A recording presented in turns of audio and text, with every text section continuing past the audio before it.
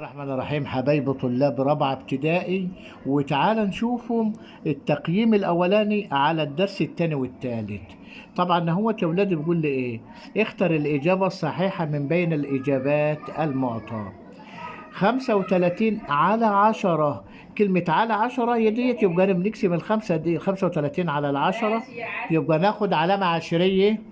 ناخد علامة عشرية نهوت بين التلاتة وبين الخمسة، عشان ديت في الأحد هتروح جزء من العشرة، يبقى الاختيار الصح بتاعنا 3.5 من 10. طيب نشوف السؤال التاني. 320 وهنا دايرة، نشوف نحط فيها أكبر ولا أقل ولا يساوي ولا غير ذلك. وهنا 32 في 10، 32 في 10 يبقى دي 320.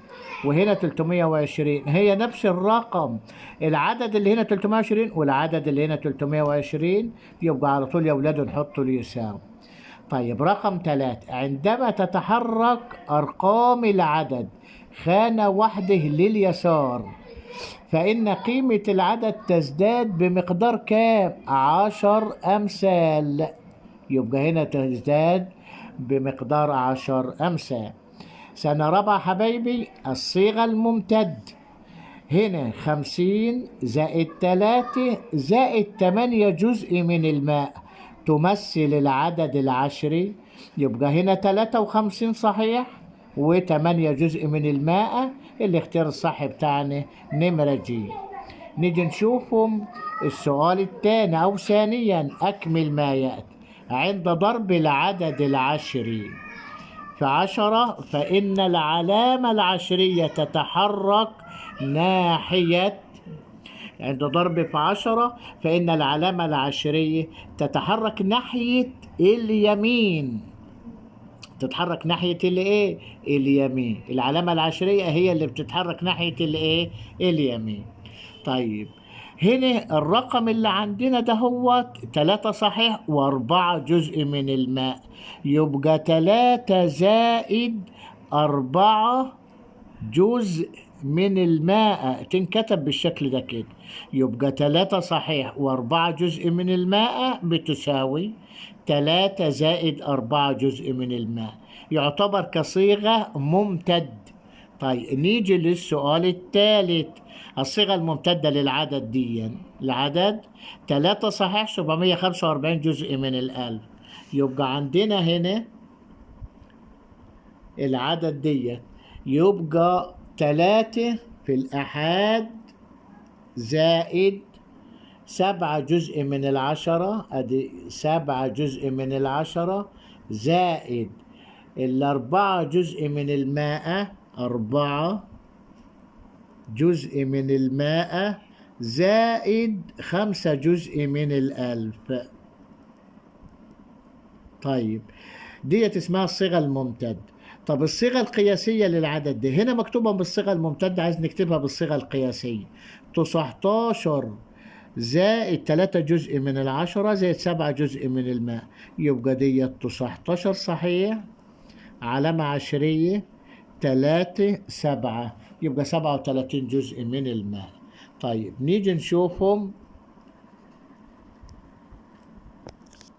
هنيجي نشوف أوجد ناتج ما يأتي. 3 صحيح و6 من 10 في 10، الرقم اللي هو جزء من 10 هيتحرك ناحية الشمال والعلامة العشرية تتحرك ناحية اليمين، يبقى هتديني 36.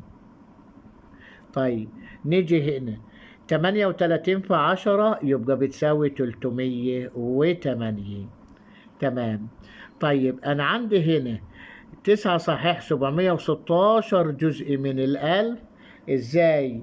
نضرب في 10 والعلامة العشرية تتحرك ناحية اليمين رقم، أو الأرقام تتحرك ناحية الشمال، يبقى دي تديني 97 صحيح و16 جزء من الماء. طيب نيجي على الرقم دي، العدد ده 5 و18 جزء من الماء في 10. طب الخمسة و18 جزء من الماء في 10، العلامة العشرية تتحرك ناحية اليمين، أو الجزء من 10 يتحرك ناحية الشمال، يبقى في خانة الآحاد، يبقى 51 و8 جزء من العشر. طيب هنيجي نشوفهم.